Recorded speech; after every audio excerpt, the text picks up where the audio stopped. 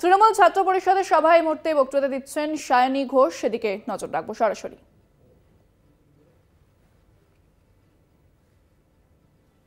मंत्री भाई बंधु एमएलए एमपी और डबल इंजन सरकार के प्रति निष्ठा और देश और संविधान और विपक्ष को खत्म करने का निर्णय এটাই হচ্ছে বিজেপির একমাত্র মডেল।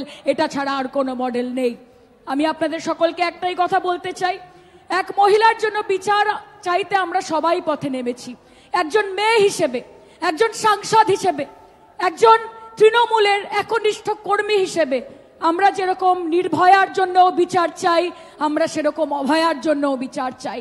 আমরা বাংলার জন্য বিচার চাই, আমরা হাতরাসের জন্য বিচার চাই, আমরা মণিপুরের জন্য বিচার চাই, আমরা বদলাপুরের জন্য বিচার চাই।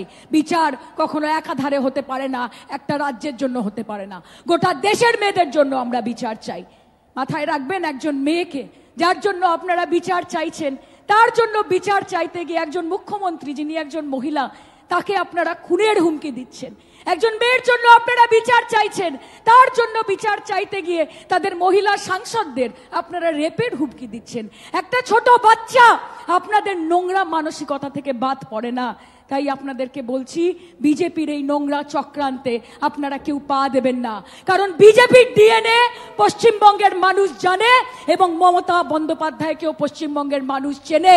তারা জানে যে ভাজপা ওয়াশিং মেশিনে 100 বার ধুয়ে বেরোলেও মমতা বন্দ্যোপাধ্যায়ের শাড়ির সাদার সঙ্গে পাল্লা দেওয়া যাবে না, যাবে না, যাবে না।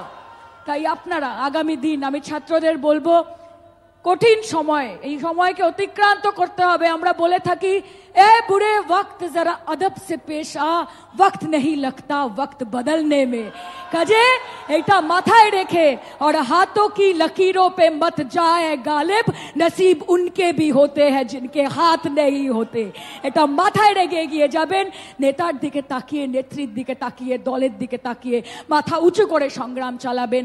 একসঙ্গে বলবো যাতে দিদির কান অবধি পৌঁছয়। দাদা এখানে বসে আছেন, কথা বলবে, তিনি শুনছেন। বলুন, লড়াই লড়াই লড়াই চাই।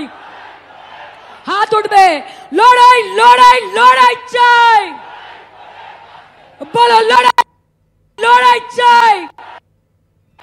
বলো, এই লড়াইয়ের নেত্রীকে,